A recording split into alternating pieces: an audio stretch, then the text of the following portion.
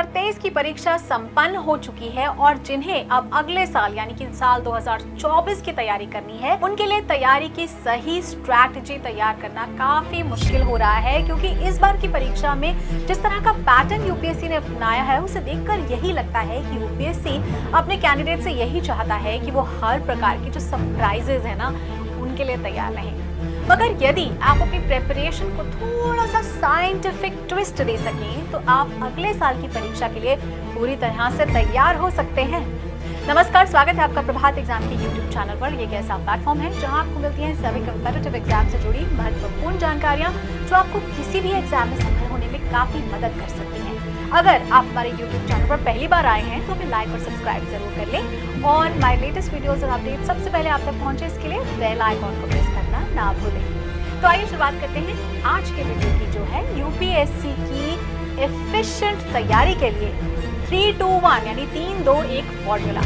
तो दोस्तों आज हम बात करेंगे 3-2-1 अप्रोच के बारे में। तो 3-2-1 दरअसल हाई प्रिसीजन मशीन बनाने के लिए इस्तेमाल की जाती है, जिससे उनकी मूवमेंट हर दिशा में एक्यूरेट रहती है। अब इस तकनीक से मशीन के ऊपर, नीचे, आगे, पीछे और दाएं बाएं की तरफ मूव किया जाता है। अब आप सोच रहे होंगे कि इस तकनीक का भला यूपीएससी की तैयारी में क्या इस्तेमाल हो सकता है। तो आपका शक जो है ना बिल्कुल ठीक है। ये तकनीक एज इट इज आप अपनी तैयारी में इस्तेमाल नहीं कर सकते, लेकिन इसका जो प्रिंसिपल है उसका आप इस्तेमाल यानी जरूर कर सकते हैं।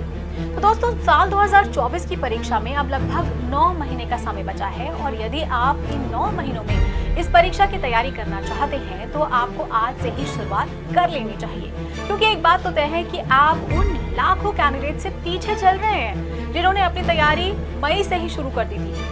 तो इस टाइम लैग को पूरा करने के लिए आपको अपने मेथड्स में थोड़ा सा ट्विस्ट लाना होगा। तो इन 9 महीने में आपको प्री के साथ मेंस की भी तैयारी करनी होगी और मेंस में भी आपको ऑप्शनल की तैयारी तो प्री से पहले ही जरूर पूरी कर लेनी होगी।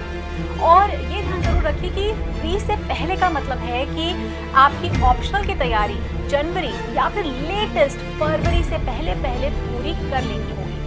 तो 3-2-1 यानी 3-2-1 अप्रोच के अनुसार आपको अभी से सबसे ज्यादा जो समय है वो मेंस के लिए डेडिकेट करना चाहिए और कोशिश ये करनी चाहिए कि आप नवंबर तक मेंस का पूरा सिलेबस कम से कम एक बार जरूर पूरा कर लें। यानी पहले 4-4.5 महीने सिर्फ मेंस पर ही आप फोकस करें और नवंबर के बाद आप प्री की स्पेसिफिक तैयारी शुरू कर सकते हैं। लेकिन मेंस के लिए आंसर राइटिंग की प्रैक्टिस भी करते रहें।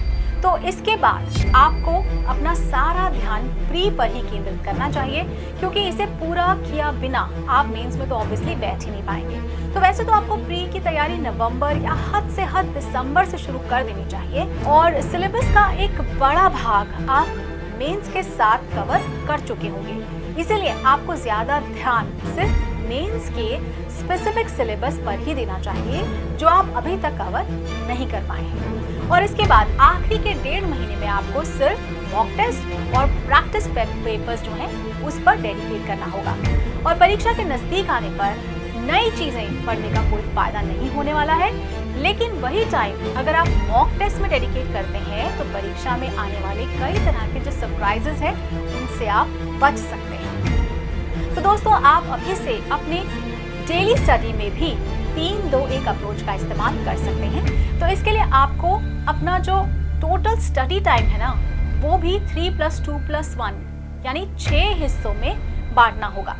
अब इन टोटल 6 हिस्सों में से आधा यानी कि 3 आप अपना जीएस की पढ़ाई में दीजिए, 1/3 हिस्सा यानी कि 2 करंट अफेयर्स के लिए और 1/6 हिस्सा यानी कि 1 हिस्सा रिविजन के लिए।